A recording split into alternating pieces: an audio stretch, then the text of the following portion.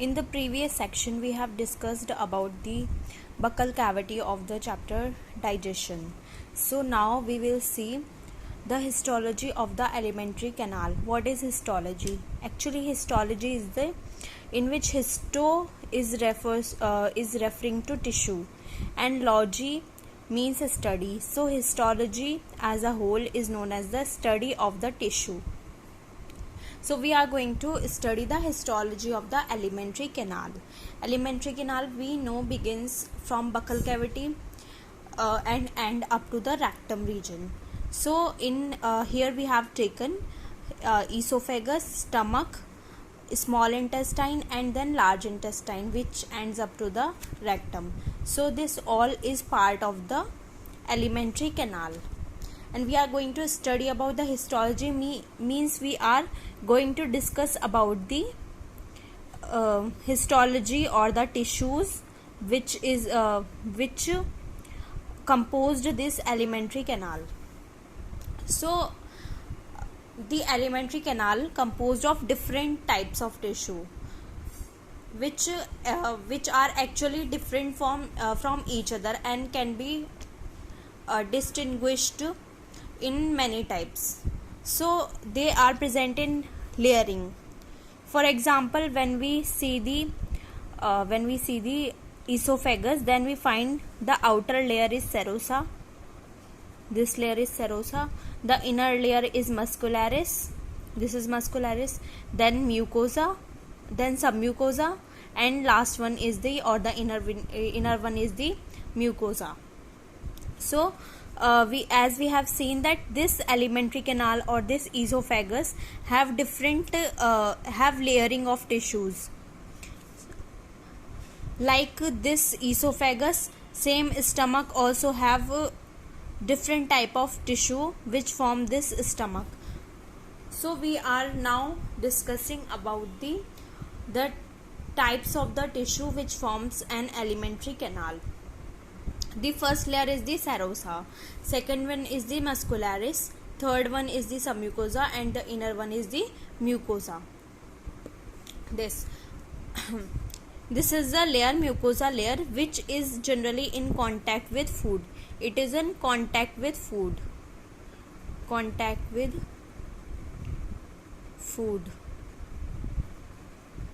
This mucosa or the inner one layer.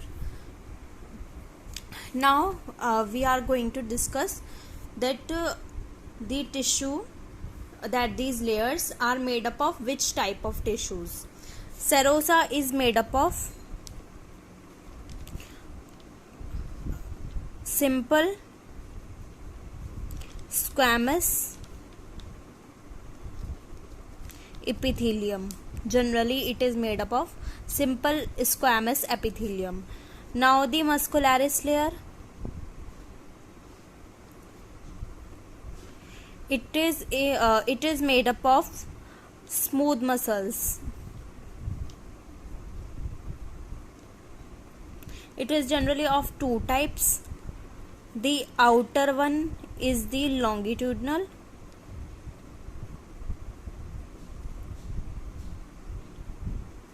and the inner one is the circular. The third layer is the submucosa.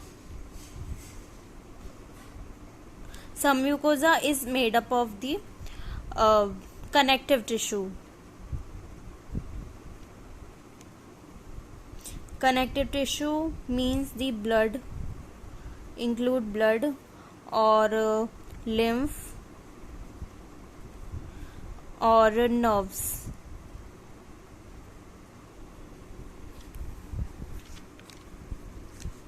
So it is made up of these connective tissue.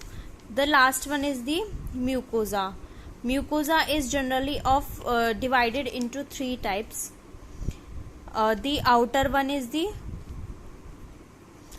one means which is contact with the submucosa layer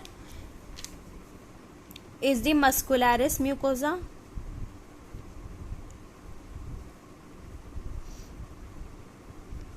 Second one is the lamina propria.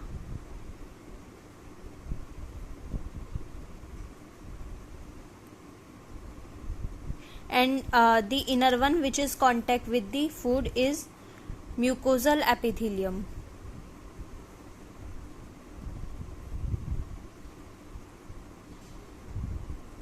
So generally these tissues or these layerings in the alimentary canal is made up of different type of the tissues which we are studying here.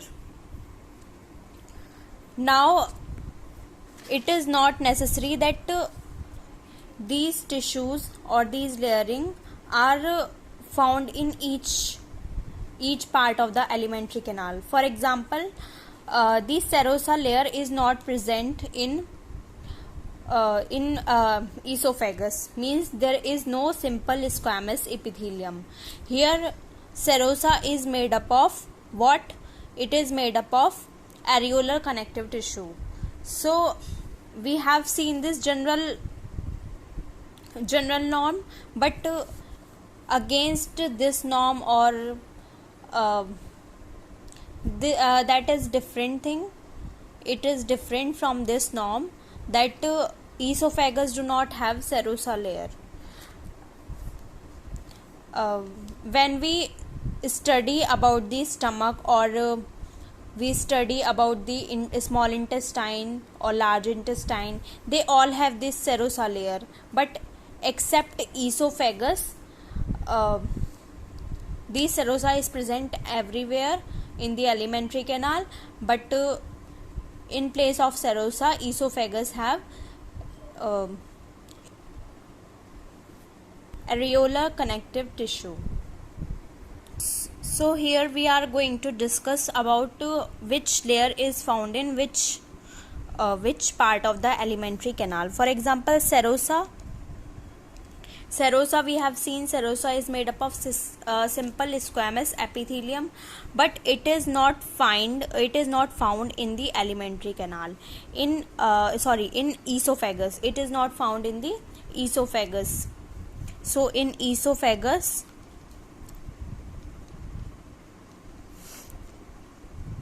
areolar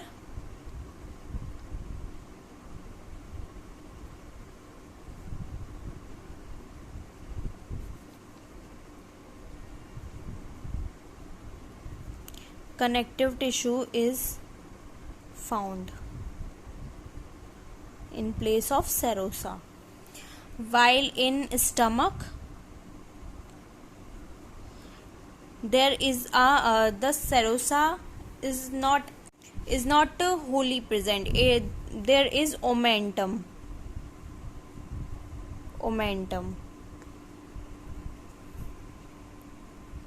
and this omentum is made up of simple squamous epithelium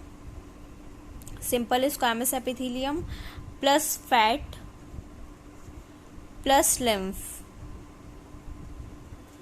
So here it is known as the omentum. It is a point to remember that in esophagus there is only areolar connective tissue, no serosa. In stomach there is omentum, although simple squamous epithelium is present, but we cannot say that this is serosa because there is fat and lymph tissue also. So this is known as the omentum in stomach. Now in small intestine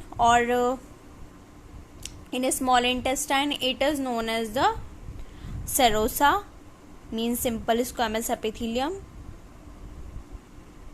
That's it. Now comes to another layer, that is the muscularis. Muscularis is made up of smooth muscles. It is divided into two parts, longitudinal. So there is longitudinal in every part, longitudinal,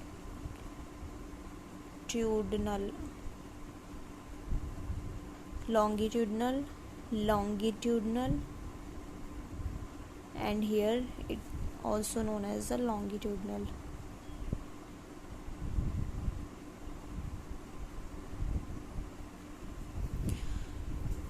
Clear?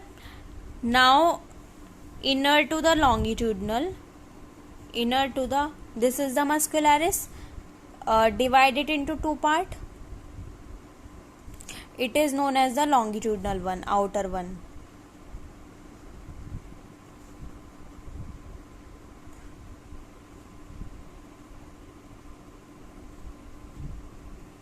Longitudinal, inner to the longitudinal is the circular, but circular is not just next to the longitudinal. There is a plexus. There is a plexus which is known as the myenteric plexus is present. Means inner to the longitudinal there is plexus of Urbach or myenteric plexus. What is this plexus? This plexus is actually the collection or the aggregation of the sympathetic and parasympathetic nerves, and it is responsible for peristaltic movement.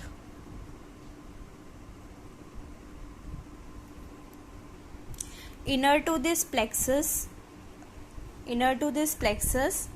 is present the circular muscle, as we have seen in this muscularis part, that there is longitudinal muscularis is present outside and circular is present inside, but in between both the circular and longitudinal muscularis there is plexus of Urbach or the myenteric plexus, which is responsible for the peristaltic movement, is also present. Inner to the muscularis is a layer known as the submucosa layer. So there is submucosa layer.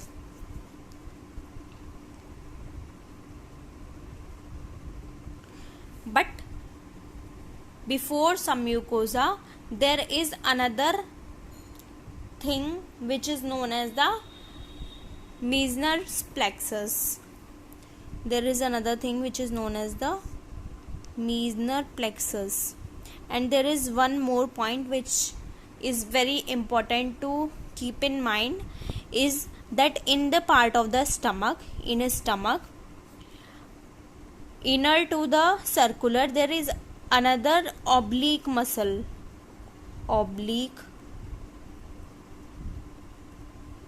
which is found only in the stomach. This is oblique muscle which is only found in the stomach part, inner to the circular muscle. It is a very important point to remember because it is not found anywhere in the alimentary canal part. So this oblique muscle which is found after the circular muscle. And now as I said that inner to the circular muscle there is Meissner's plexus. There is Meissner plexus, and this plexus is also made up of the sympathetic and the parasympathetic nerves. And after that submucosa layer, and here is known as the submucosa. Here is also known as the submucosa. Here is also known as the submucosa, and it is present everywhere. Inner to this submucosa is the last layer which is known as the mucosa. As we have seen, mucosa is divided into three parts. Here is the mucosa, and the mucosa is divided into three parts. Inner part is the muscularis mucosa. Here is the muscularis mucosa and lamina propria, and outside is the mucosal epithelium. In alimentary canal, in esophagus, this epithelium is multi-layer epithelium.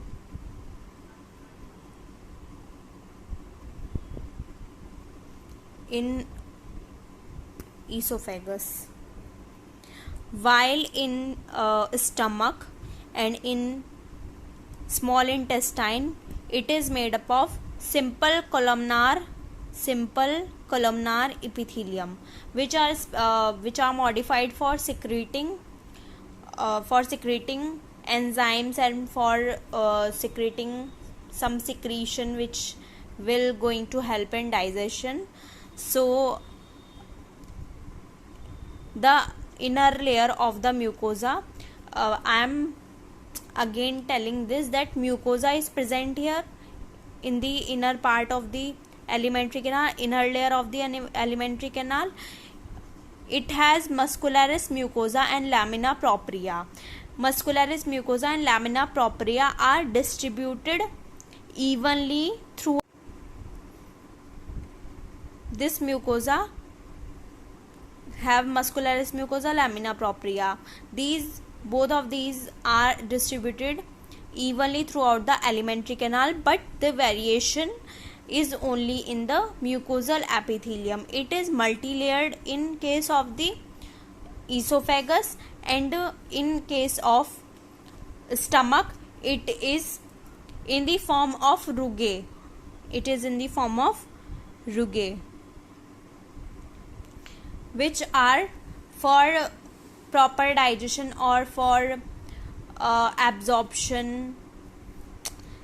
And in case of small intestine it is present in the form of villi, and these villi have some cells, the epithelial cells of the villi are modified again and gives rise to the microvilli, which again doubles the absorption of the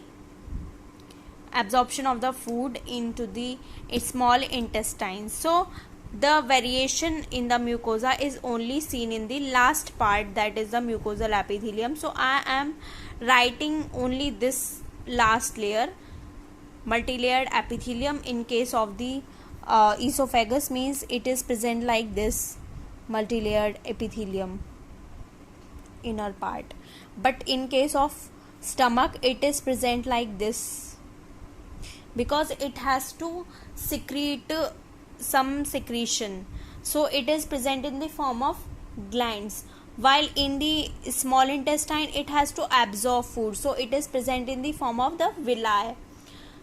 And this is, here are some points to remember. First point is serosa is also known as the visceral peritoneum.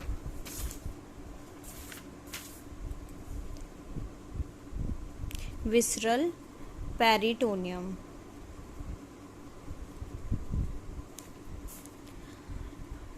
And it is also point to remember that it is the peristaltic movement which decide that how the food is going to be transferred into another part of the alimentary canal. So the thickest the muscularis layer, the stronger is the maximum is the peristaltic movement. So stomach have thickest muscularis,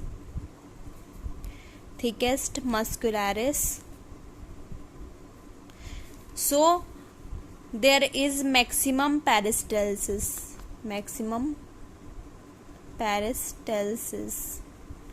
while the rectum have thinnest muscularis, so there is minimum peristaltis.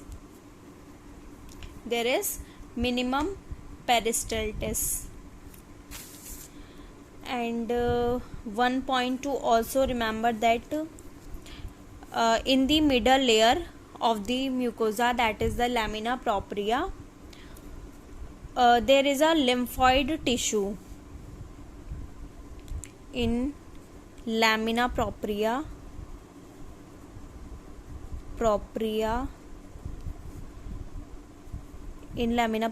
of intestine or the ileum region of the small intestine. Ileum of small intestine.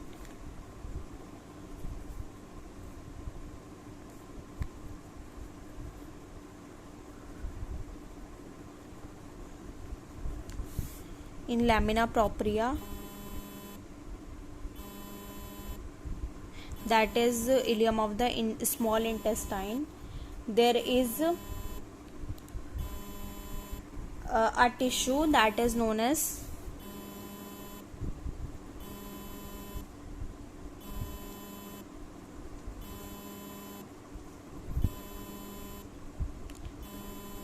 Peyer's patches. Peyer's patches. Peyer's patches, and which is also known as the mucosa associated